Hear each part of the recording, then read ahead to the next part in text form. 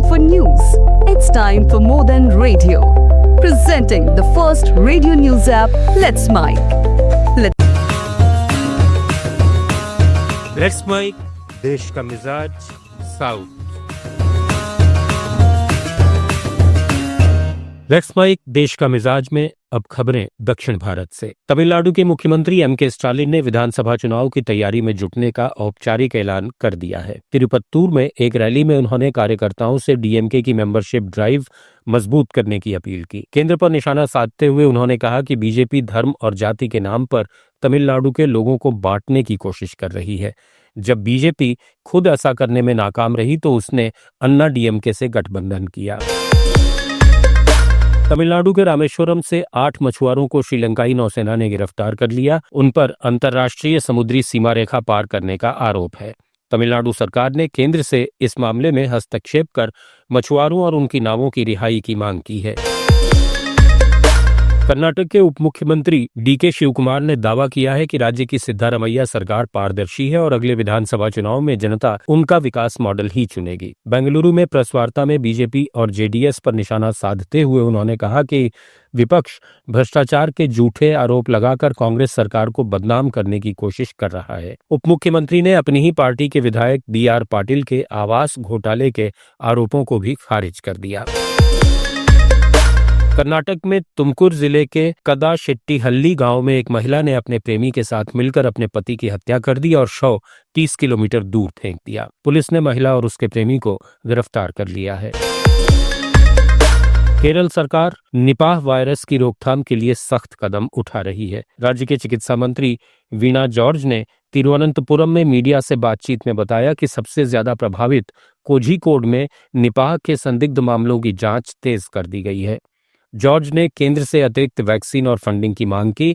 उन्होंने केंद्र पर स्वास्थ्य सेवाओं में सहयोग नहीं करने का भी आरोप लगाया।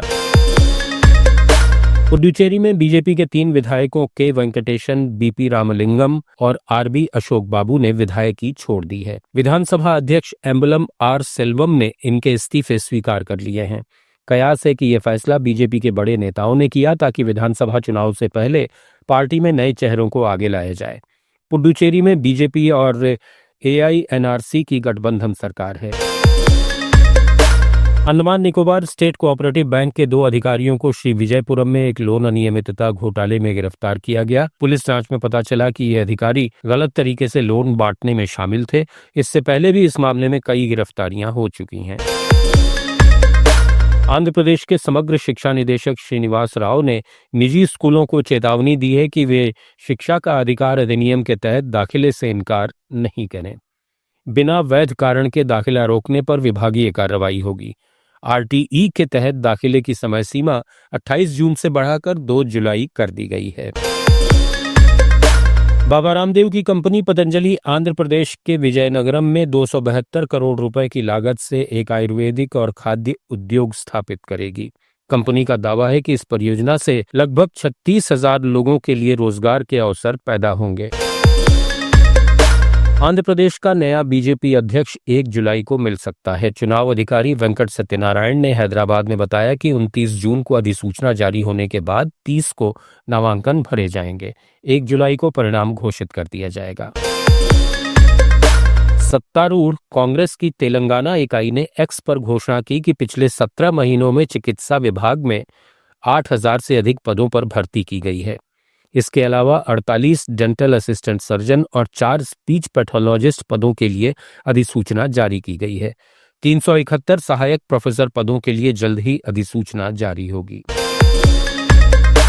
इस बीच तेलंगाना के जूनियर डॉक्टरों ने 30 जून से हड़ताल की घोषणा कर दी है।